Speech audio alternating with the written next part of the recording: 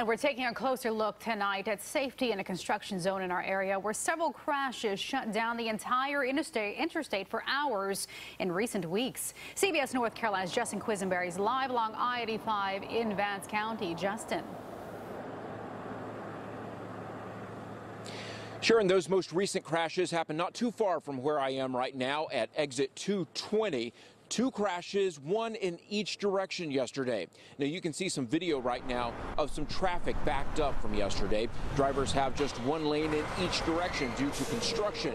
So when there's a crash, lanes shut down completely. The NCDOT is redoing concrete and replacing bridges in a 30-mile stretch. In June, it narrowed traffic to just one lane for 20 straight miles leading up to the Virginia border. That will continue until November. Some expressed safety concerns in the meantime.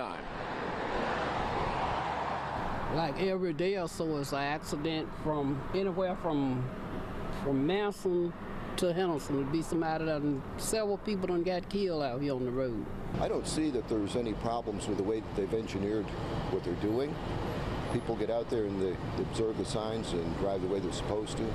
I think most of the problems would be avoided.